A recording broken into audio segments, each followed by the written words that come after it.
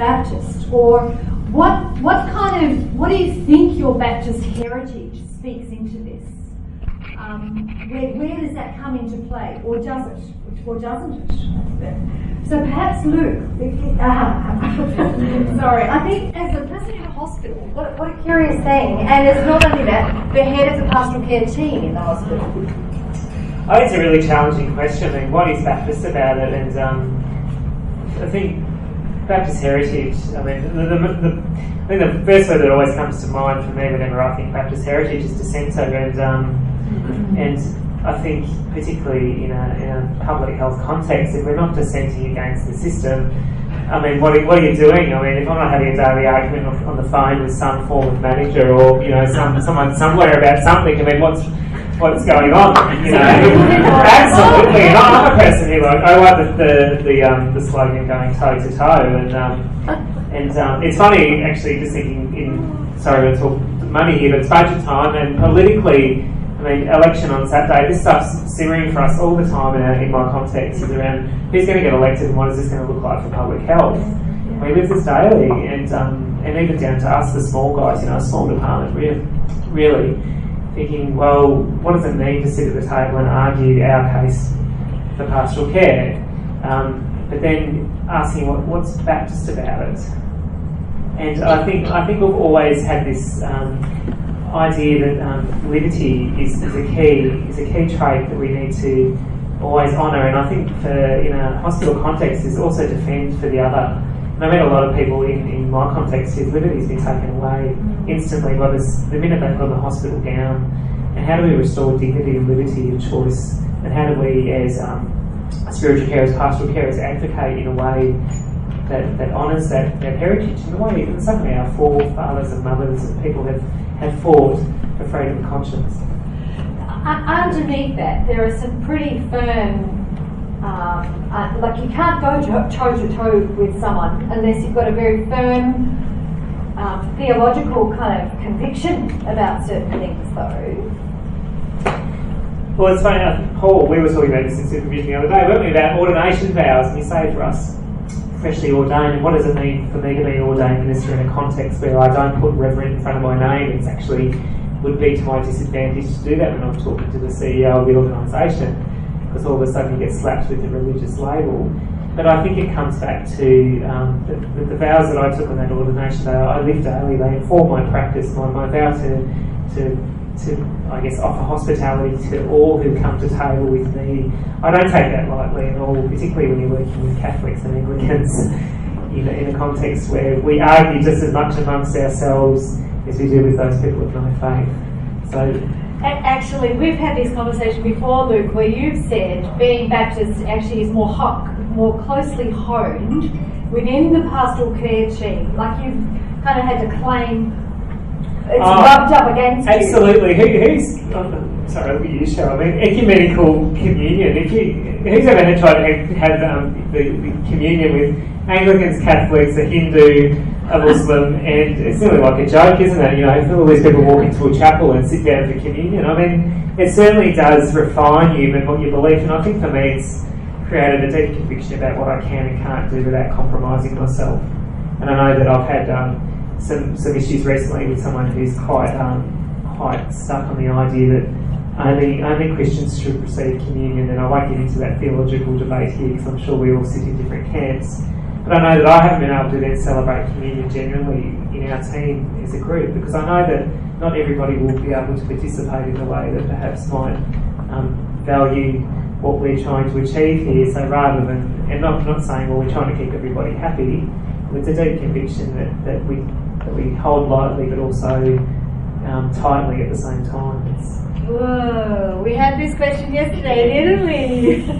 It's good. It's good to see this on the floor. It's hard. It's good to see it on the floor. No, I don't mean it's not hard.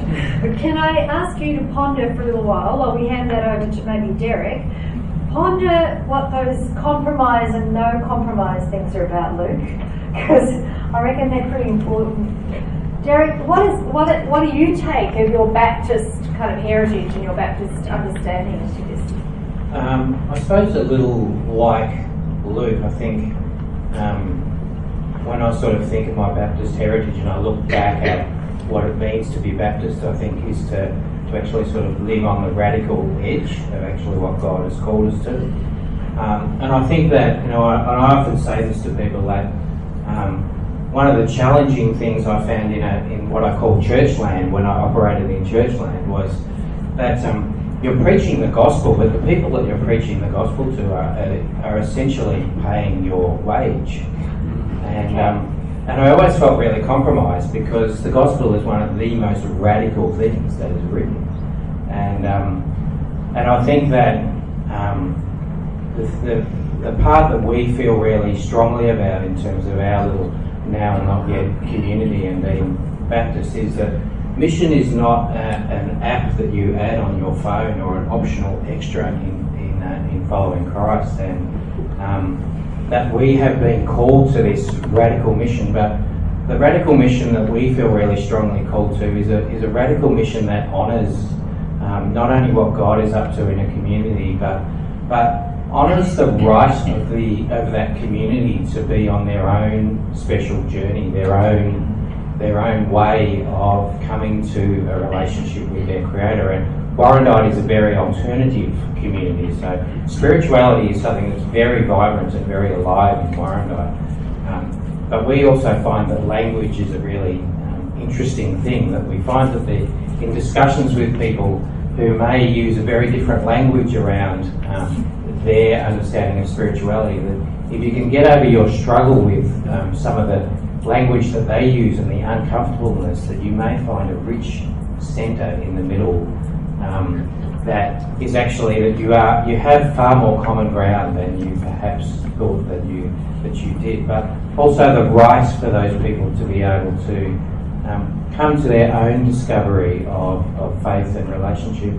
And we were talking about this only a little while ago around the sort of evangelical conviction of that we are to go into all the nations and make disciples, and that uncomfortableness around make, actually, that we believe that God has called us to go into all the nations as disciples, but it's actually a call to the kingdom. But this kingdom is this radical expression of what do we do with our money, what do we do with everything that we have. I feel really uncomfortable that the Baptist churches in Victoria sit on $1 billion worth of assets, and that we have such massive levels of homelessness. I can't reconcile that, and that most of those assets are used for perhaps 5% of the week. They are questions that we need to be really sort of grappling with, in that sense of that as a kingdom-dwelling people, is that actually part of our Baptist heritage, part of William Carey, part of the greats of the spiritual greats actually sit in these sort of radical spaces. And then the other side of that is that if you have a close look at the spiritual greats of the last sort of 300 or 400 years, one of the things that seems to be common amongst them is this sense of liminality. So we all know what liminality is, know what a liminal is. It's a door jam, it's the space between two places. And that we sit in this liminal space in Warrandyte. It's a very liminal space because we don't have things to secure ourselves to. The thing that we do have to secure ourselves to is that God actually knows what He's up to. And that our task is to actually get in behind that and be obedient to that. And my sense is that that's actually a very Baptist thing to do. We've been talking for the last couple of days about this notion of covenant, and a covenant with one another and with God, and that seems to be that holding space for liminality. One of the things that you said early on that I'd like to just push a little bit is the compromise that we have in paid ministry of serving the people who pay us.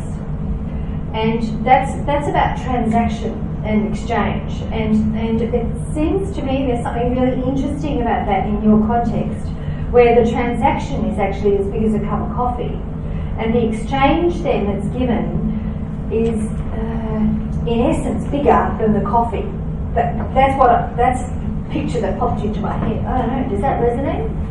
Oh, absolutely. I think, you know, there's Rob Bell says, you know, we have this sort of, we've sort of got this divide between spiritual and secular and everything, that everything is spiritual. And to actually be able to view every transaction in the spiritual, whether it's a coffee or whatever it is actually shifts and changes everything to understand that sort of transaction.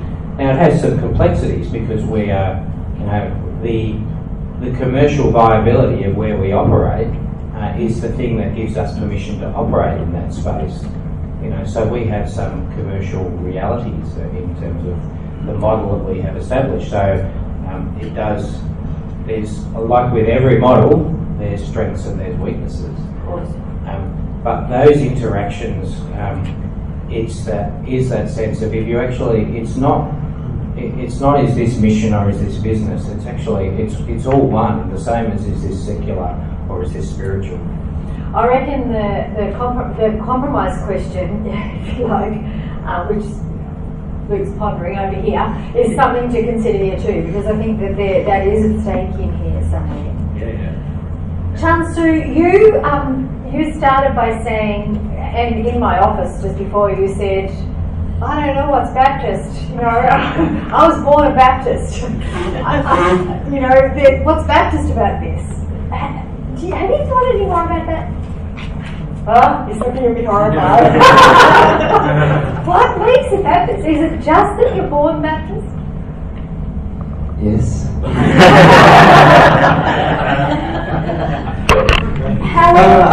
However, you did talk about So this is language barrier. Sorry? This is language problem. Okay. Yeah. It means I don't have any experience the other denominations. Yes. I don't know the others, but yeah, I was born in Baptist, and I love it. And when I came here as an exchange student, I met Frank Rees and Pastor Miwanda. So when I think about Baptist, I think about them and what they. I'm sorry for saying this, Frank Rees. So,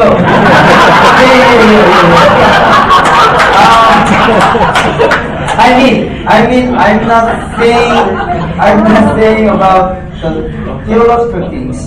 I'm saying the Christian life as a Baptist. Okay.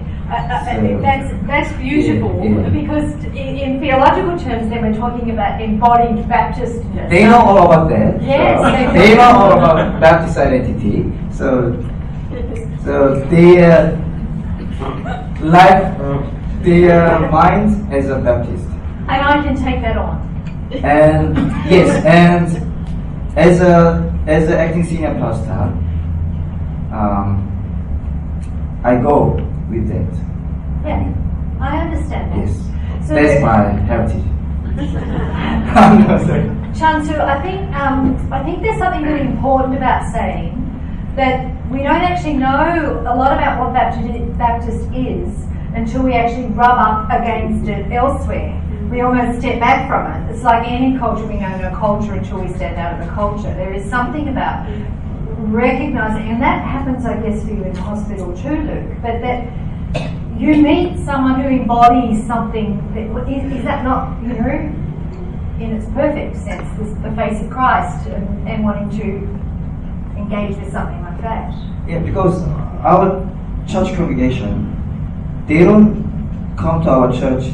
Our church is Baptist church. They come just this is just church. Yes. But I go with them as a Baptist pastor.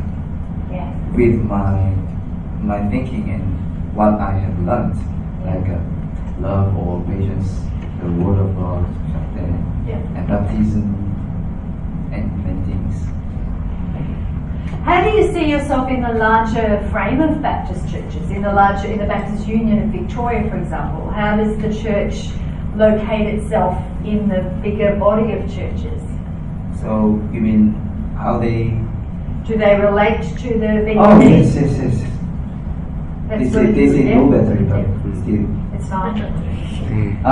Yeah, we. How can I say?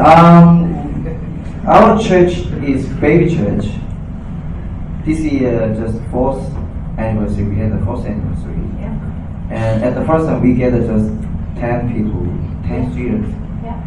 But the BUB support us. BUB recognize us as a church, their body. So yeah, I think our relationship, and we trust them, they trust us. It's lovely. Grow. Okay. So there's now more than 100 people who worship with you. Yes. But it's a curious thing, isn't it, that we rest in this larger body, but we often take it for granted. Oh gosh, that must mean Baptist. That's interesting. Thank you. Katrina, we can't miss that you're Baptist. It's written out the front of the church. Yes. and It was working a moment ago. and only, I think that is that. Yep. Only a small percentage of my congregation care about what's written on the sign out the front. That's not why they come to Albert Park Baptist Church, I have to say. But I would say that probably the percentage of the church congregation that for whom that identity is deeply meaningful and profoundly significant would potentially be about 10% of the population. Most people in my congregation come and make a connection for entirely other reasons. And often they come from a multiplicity of different backgrounds. They're post-Pentecostal, post-Anglican, post-atheist. They're a whole range of things mixed together. So part of the challenge that I find is that I operate within a system that is structured in a particular way in terms of our governance and our doctrinal statement. That it comes inherently with a set of tensions, pre-packaged and pre-made because it's Baptist.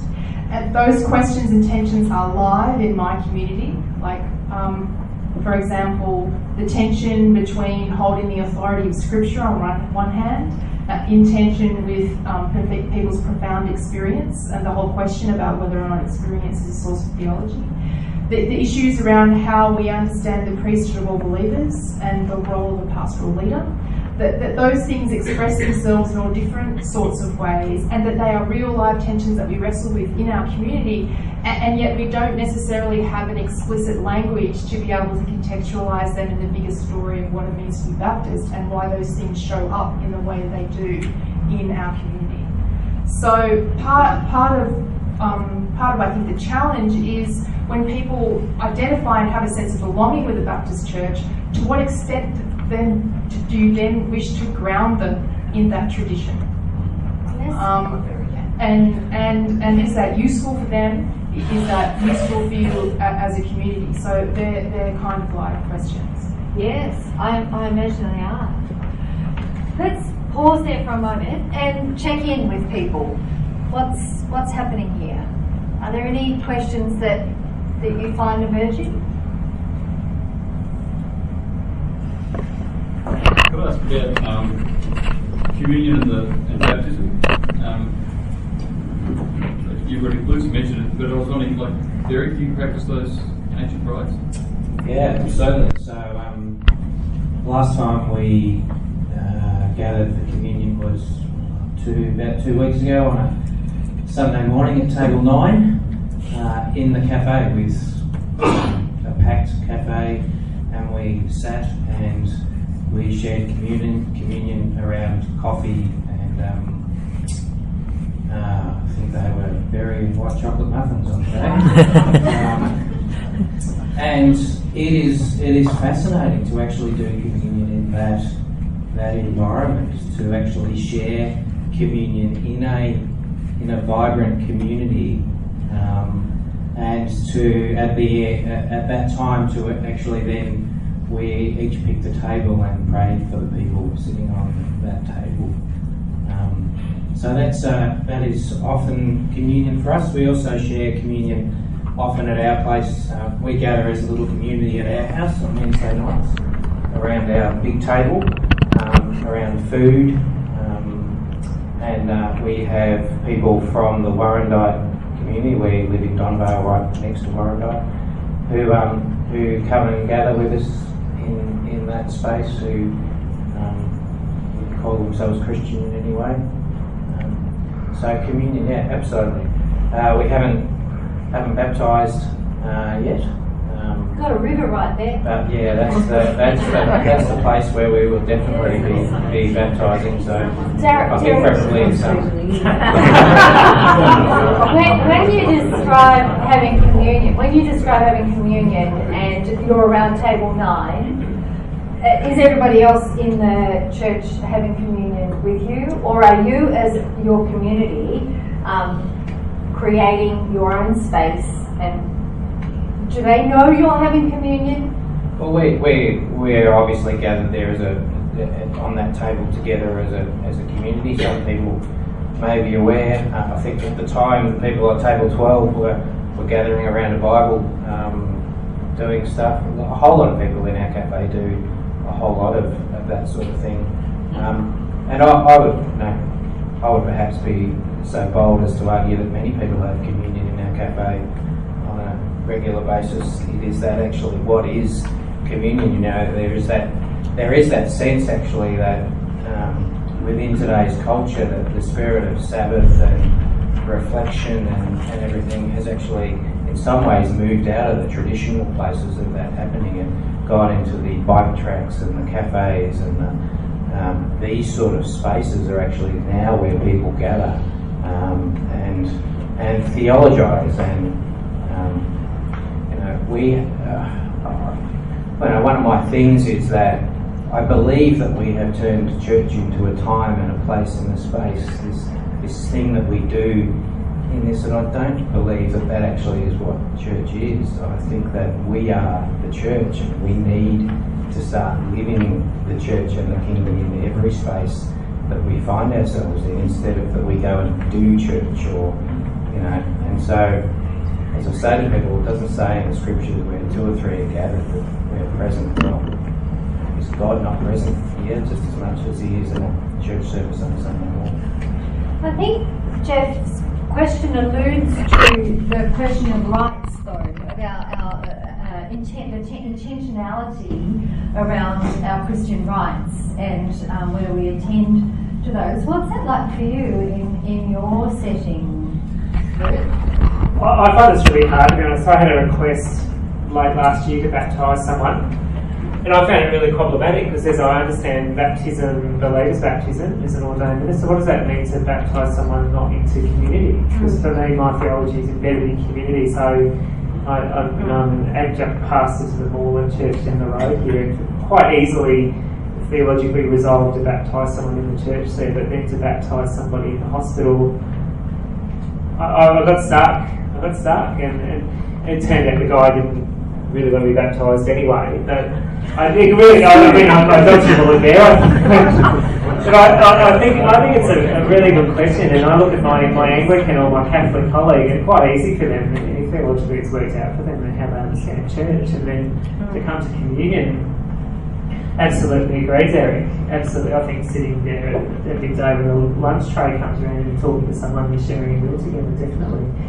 But then we also have the formalised space with the 20% alcohol red wine and the little round discs. We live in the tension of, and some people expect that of us. So I conduct services sometimes on a Sunday in our chapel or our faith spaces at some of our hospitals, and it's quite clear that a 70-year-old woman isn't interested in a white chocolate muffin. She wants communion because she understands the right from her tradition. And I think it's a bit of it's not probably a collision, but how do we integrate this theology of our heritage that tells us it's done a certain way versus so many people who have done with the church? I don't know whether we're talking about how it's done as much as what investment we have in it, or what. And so you talked before about the bits that you're prepared to compromise and the bits that are no compromise. And have you worked out what they are? I probably won't share them here. Yeah, I think you're right. I've come up against, again, an Anglican priest who got really annoyed when I just did my call to table, that I said that, this is the table of the Lord and all who come to this table shall be fed.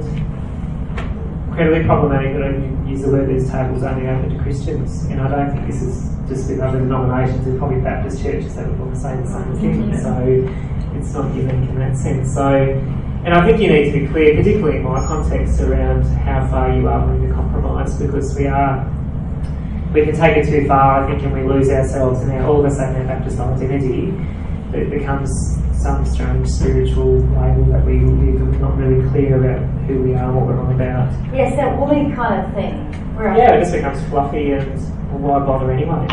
Yes, okay. Katrina, do you want to add something to this conversation? Well, it's recalling something that Keith said in my mind this morning in the chapel, the point that you're making about the limits to freedom of conscience. Talking about Paul and how love, picking up the passage about the meeting that Keith was talking about this morning, and how we need to think about our ethical choices in the light of what that means in terms of how they might express love, and choosing to limit our own freedom in that moment for the sake of love. So it kind of recalls that for me. I mean, I notice in in people who haven't grown up in the church that there's a profound hunger for a tradition. That there's a profound hunger for a deeper, richer, longer story that reaches back in time. I've been surprised by the desire that people have to wish to join something. And they wish for you to articulate what that something is, and then invite them to join in with that. So I'm surprised at the extent to which what we would understand to be traditional liturgy, so traditional forms of the liturgy and ritual, are in fact really important to people who have not grown up necessarily in those traditions. So one of the things that I struggle with, I've grown up a Baptist all of my life, and I feel that actually I haven't imbibed, embodied, understood, internalized the depth of my own story as a Baptist. That I'm not actually a very good articulator of the uniqueness and the distinctiveness of my own Baptist story. And I notice within myself that it's very hard for me to retell the stories of the Baptist saints. That's something that I would wish to do more better in my community, is to be able to pass on those uniquely Baptist stories to people. We heard some fabulous stories yesterday afternoon about some Baptist saints, some people who brought him to life and boldly proclaimed and so on and so on. Taking hold of those is informing, as is our theological education. Chansu, you alluded to meeting Miwon and Frank when you first arrived as a student, and then did you come to do theological study, or did you just come as a student? Yeah, as a student, exchange student. Exchange student in the public system, or in Whitley? Yeah, Whitley. At Whitley. Yeah, Whitley and Korean Baptist University. Okay, so you were already at the Baptist University in Korea? Yes, and I came here for 1 year with 4 students. And end of the year, Frank Chris talked to me, will you stay here? So, oh, did he? Oh.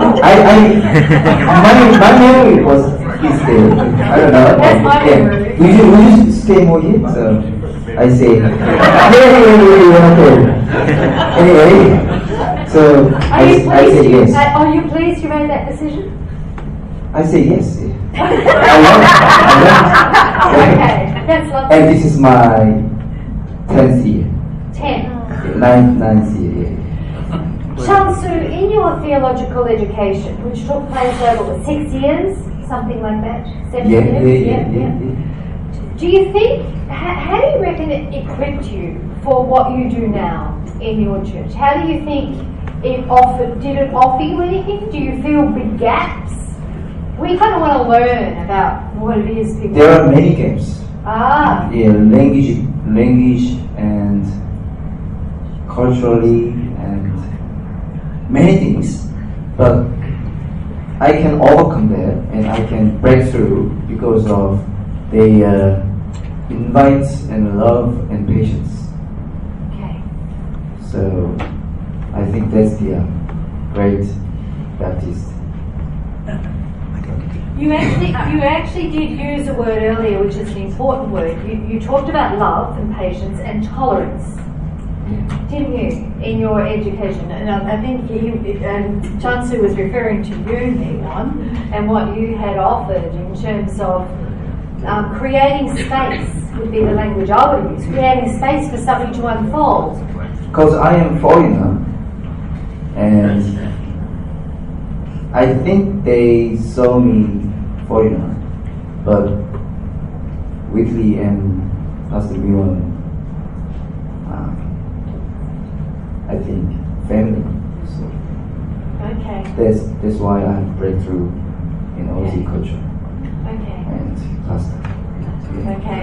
So that's Very big things. okay. Yeah. That's a profound experience of Maybe- belonging. Yes. Right, just add what Chance said. Yeah. I think what Chance is saying with the Baptist heritage about the welcoming and hospitality that as who he is and already what he learned, and as a practitioner, as a pastor, working with the group Yes. of the young people of Koreans here, he says that he wanted, because our Baptist has more with the association connections, more autonomous beliefs. So then they felt more supported in this. And it was a great benefit about start immediately rather than waiting for a long time to everything is all documentations.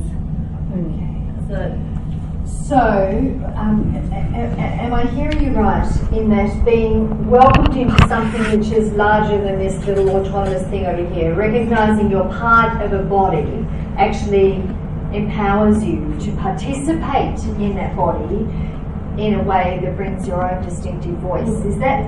Yes, I think so. And for me, I think because of that, our multicultural areas, it's really extended compared to other denominations.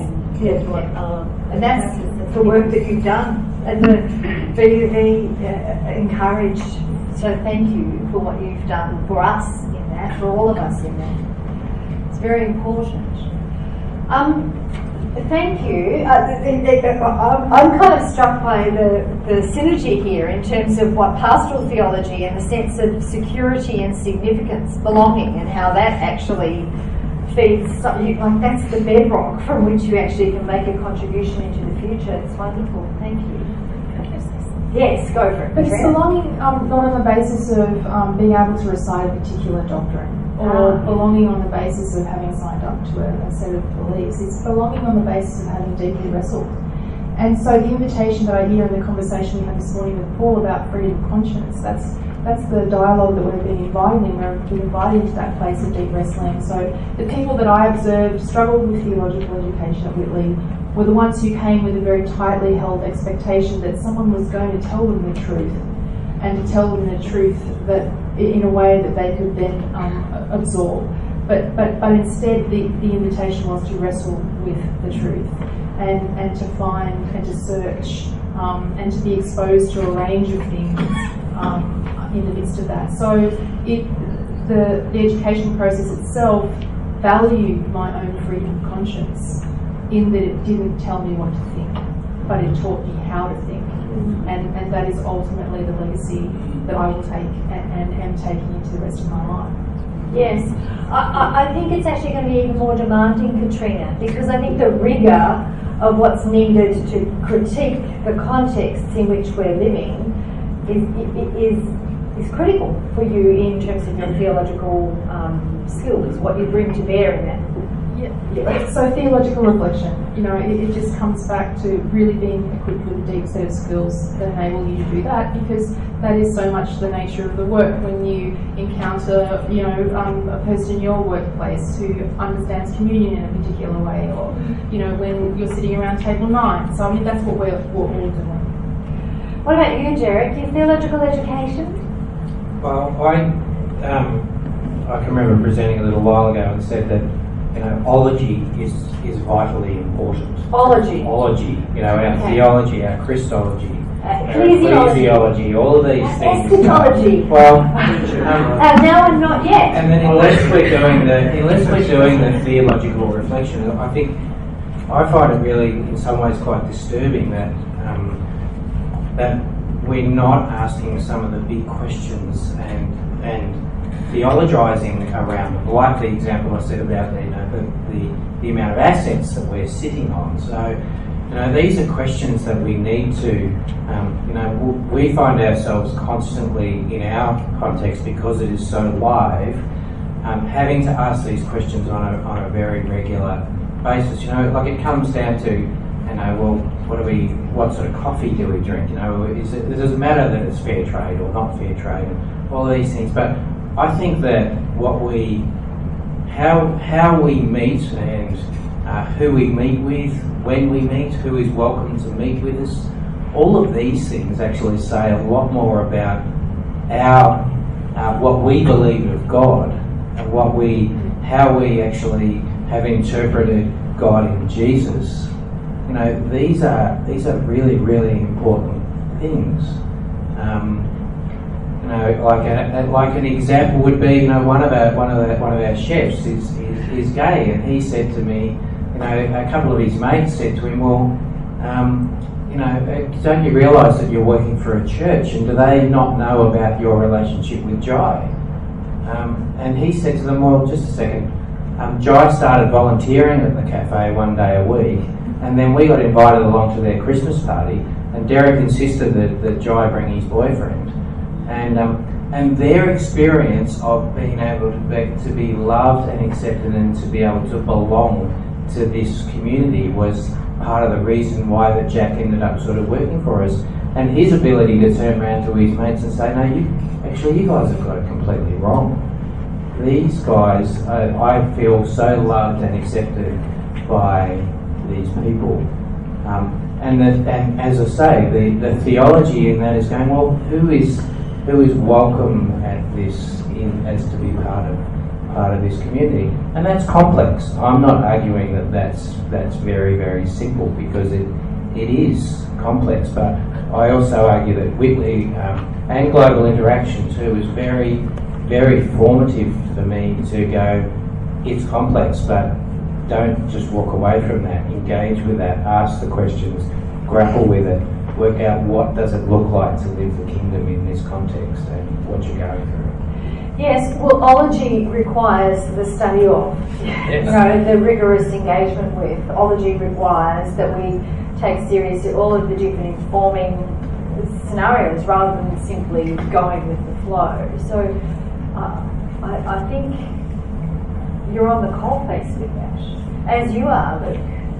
What do you reckon theological education gave you? How do you reckon it's informed you? And maybe the adjunct question is, where do you reckon it's going to go next? I knew you'd ask that. Oh. I think my context is incredibly, probably not complicated, but in the sense of, like for example, the Department of Health and Human Services here in Victoria has declared spiritual care and allied health discipline in the health context now, which for most of you won't make any difference, but it makes a really significance that we're actually recognising spiritual care or pastoral care as actually as a profession now. And I know that this is probably not new to most of you, but theological education undergirds the profession, because I know I sit in a room with all the other allied health managers saying, well, what does your education look like? You have a Masters of Social Work, Masters of Occupational Therapy, physio. And then we're saying, well, Masters of Pastoral Care or, theology, whatever it might be. And I think, particularly the education received here at Whitley, for me was certainly robust. And I still remember sitting in Keith Dye's class thinking, oh my God, what have I got myself into back when I was an undergrad student. But then it kind of clicks, and then you end up in postgrad study with Anne, learning frameworks around theological reflection. I think that's the key thing that I took from my education here at Whitley, is how to implement and integrate these reflective practice frameworks. I use these frameworks daily, if not hourly. And I know that when a unit manager rings me up on the phone in the morning to debrief on the phone, this is what I'm trying to train these guys in, essentially theological reflection. You've had this experience, what's your life saying to you about it, and what are you going to do about it? And this is stuff which is basically out of, our good old Sisters of Mercy have taught us on how to reflect on life, and this is from a theological education. I think this is incredible, and people are hungry for this stuff. They want to know how they can process life. Yeah. I mean, these existential questions that people are asking every day: who loves me? Who do I belong to? And how do I make sense of where I fit in this place? I mean, essentially, this is what we're arguing about, even with our election on the weekend. How does this make sense to society? So I think definitely here at Whitley, the education allowed enough questions to be asked to be able to not feel. I still remember when I said to someone in the church where I was at the time going to Whitley, the old thing, you're going to lose your faith when you go to Whitley. We can all laugh at this because we know it's not true, but rather having I guess a better informed approach to how we're actually engaging life.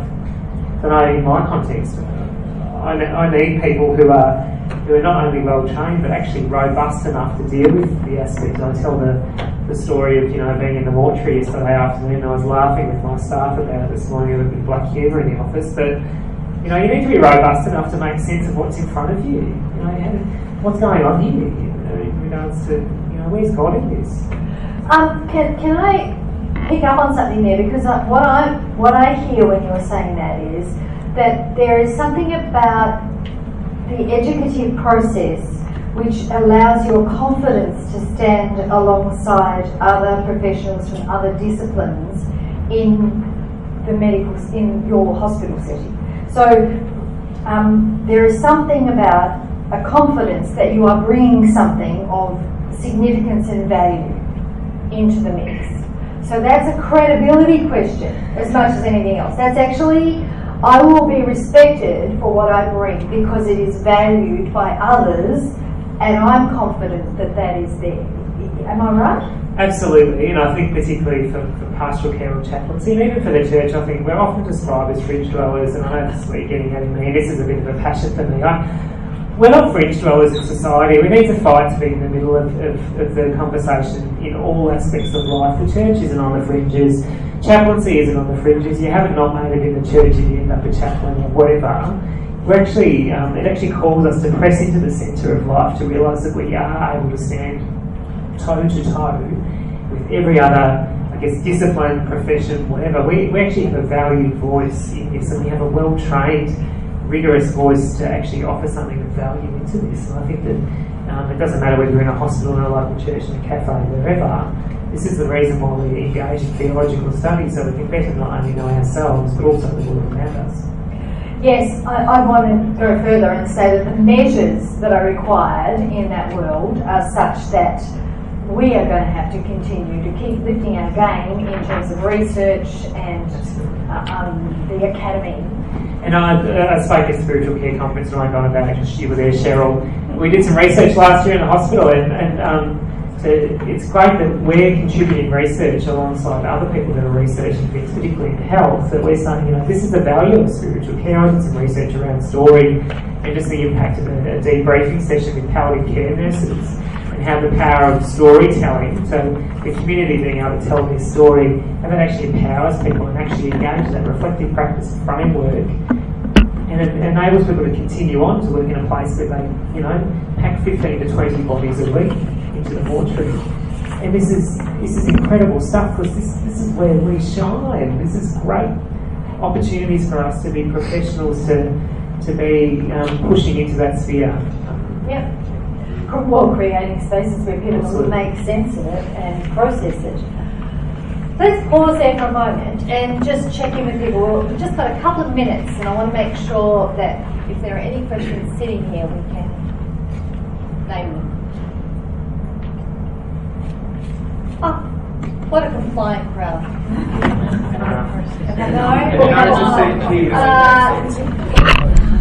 Yes?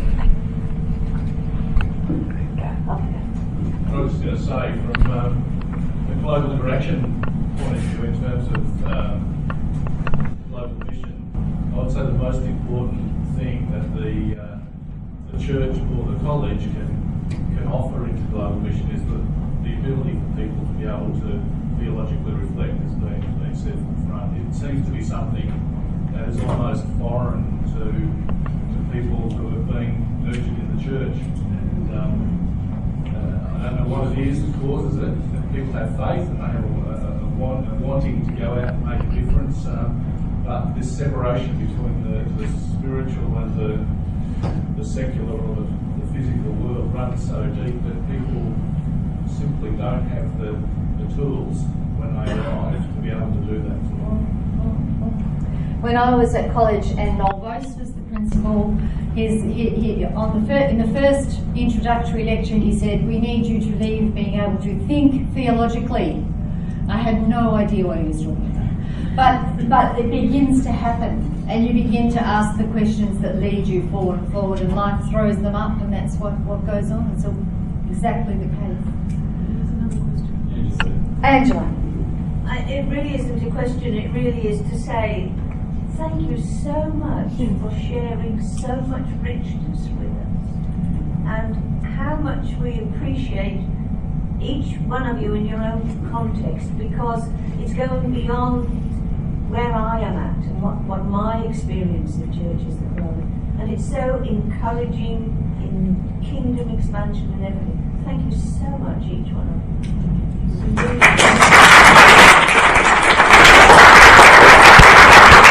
Just picking up both of those comments and then on a theological reflection, I had a great one from someone who's not a Christian last week talking about Elijah. And I talk about having Elijah syndrome, where Elijah thought he was the only one. And I thought that was a fantastic thing to realise, that the richness of the context that sometimes we don't even know about. So. Thank you. Katrina, is there one final thing you would like to leave us with? No! There's something in those 3 pages of notes today. You don't have to, but I was just saying that, I was thinking about, so I'm thinking in my community about theological reflection and how I can transfer some of these wonderful gifts that I've been given. And I've been thinking about the role of discernment and how people are only interested in stuff if they care about it. And so thinking about how we can tap into the things that people care about in our community and use those things as a context to engage them and equip them around theological reflection.